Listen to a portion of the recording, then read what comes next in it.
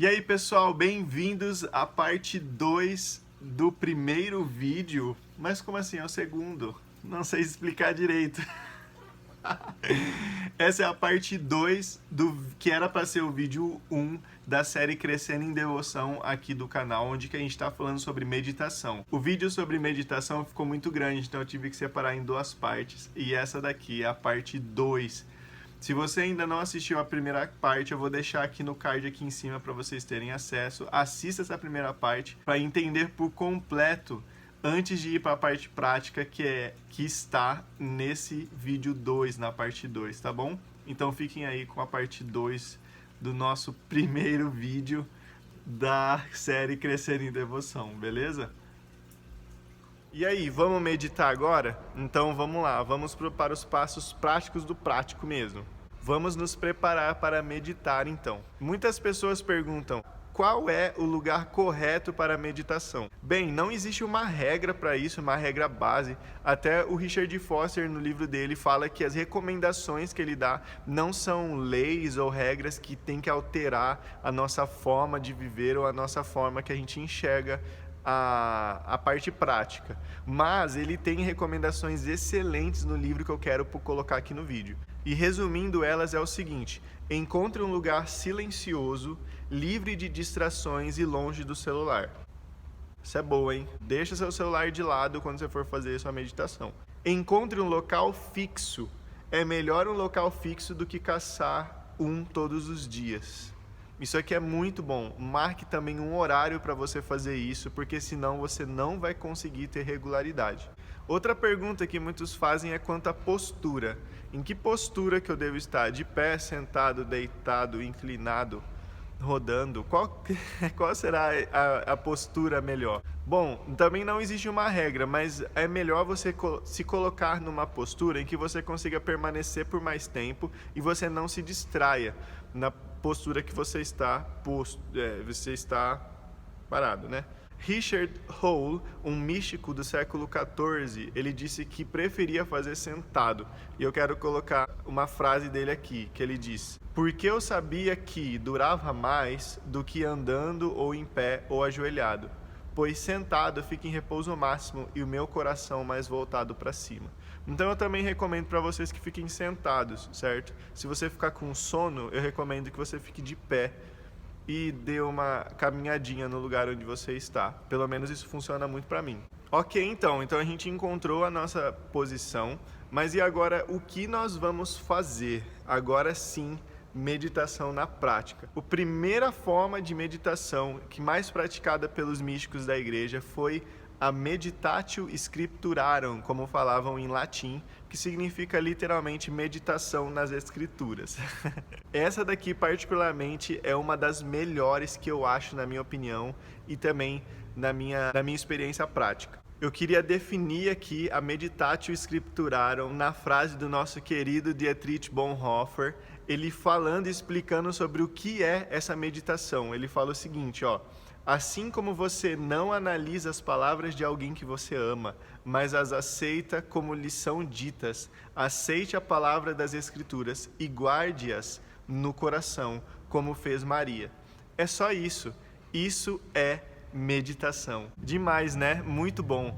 Uma das maiores dicas para essa meditação é tentar viver a experiência do que está nas Escrituras. Queria citar aqui Inácio de Loyola, que também tem recomendações fantásticas sobre isso. Ele diz o seguinte: devemos aplicar todos os nossos sentidos na meditação. Sinta o cheiro do mar, ouça o som do mar ao longo da costa, contemple a multidão, sinta o sol na cabeça e a fome no estômago, bem como o sabor do sal no ar. Toque as orlas da veste de Jesus. Já puxando um gancho aqui também sobre o que disse Alexander White, ele fala o seguinte: a imaginação verdadeiramente cristã jamais permite que Jesus Cristo saia do nosso campo de visão. Você abre o Novo Testamento e pela imaginação, naquele instante você é um dos discípulos de Cristo, no lugar certo, está aos pés dele. Em outro momento ele fala o seguinte: você abre o Novo Testamento outra vez Na primeira é o publicano, na segunda é o pródigo, depois você é Maria Madalena, depois Pedro no pórtico, até que todo o Novo Testamento por inteiro corresponde à sua autobiografia.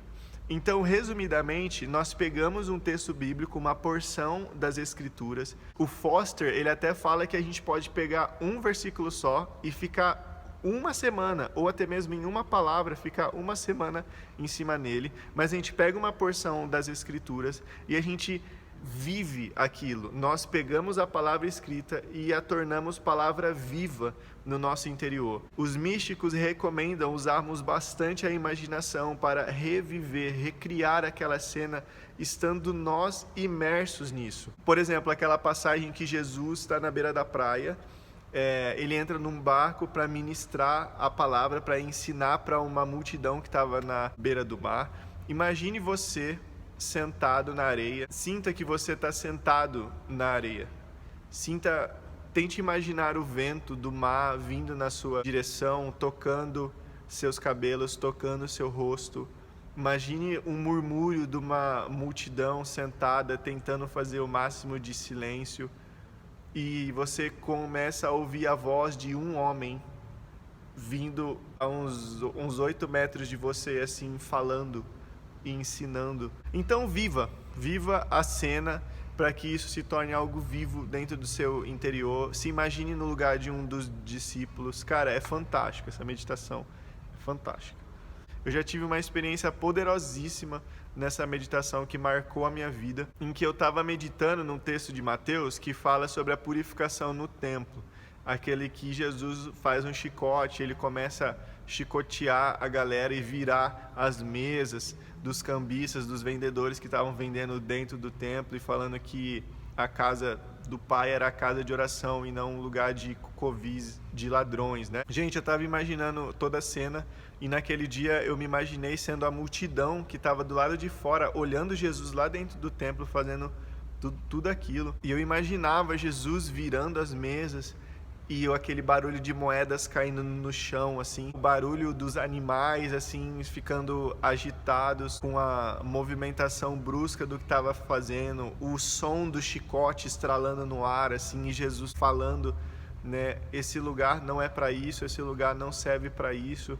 E enquanto eu estava me imaginando na multidão, caiu a ficha que se fosse eu realmente na multidão, estando ali presente, eu iria julgar Jesus. Eu iria julgar aquele homem dizendo, cara, esse cara é maluco, esse cara é doido, o que ele está fazendo? Eu comecei a chorar, cara, porque eu comecei a ver o quanto o meu coração não estava alinhado com o coração de Jesus. Porque se fosse eu realmente naquela multidão, eu teria rejeitado aquele homem. Eu não teria dito que aquele era a atitude mais correta a se fazer no mundo. Porque Jesus, ele não pecou e tudo que ele fez é um exemplo para a gente. Então a realidade da pessoa e do coração de Cristo e a realidade do meu coração corrupto e quebrado se juntaram. E eu pude ver essa diferença e, cara, aquilo me impactou pra caramba. Foi muito bom. Recomendo fazer essa meditação. Outra meditação também que o Richard fala no livro é uma muito boa também que eu já pratiquei, que se chama recompilação ou convergência, ou também os quakers chamavam de palmas para baixo e palmas para cima. Que nós vamos fazer o seguinte: nós vamos nos sentar, colocar as palmas para baixo e vamos fazer uma oração entregando a Deus tudo aquilo que nos preocupa, tudo aquilo que nos incomoda e tudo aquilo que nós não estamos fazendo de acordo com a vontade de Deus. Eu vou ler aqui a oração de exemplo que o Foster coloca no livro. Ele fala o seguinte: Senhor, entrego-te a raiva que tenho do João, libero o medo que estou sentindo da consulta no dentista, rendo minha ansiedade por não ter dinheiro suficiente para pagar as contas do mês.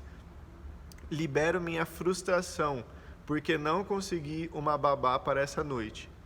E aí então você, as palmas para baixo, você se imagina liberando essas coisas, deixando isso de lado e entregando isso para Deus.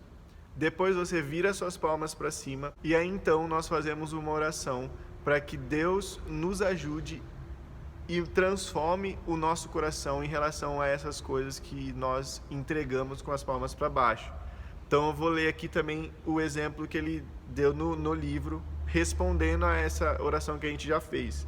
Ele fala o seguinte: Senhor, gostaria de receber teu divino amor pelo João, tua paz para a consulta com o dentista, sua paciência, tua alegria.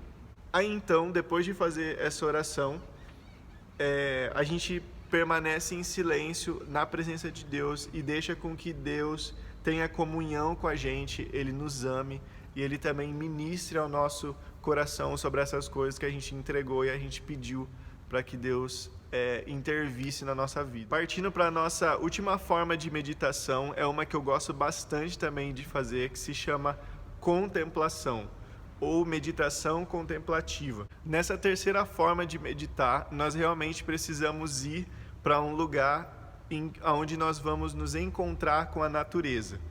Um bosque, ou um lugar arborizado, um zoológico, ou até mesmo um horto florestal.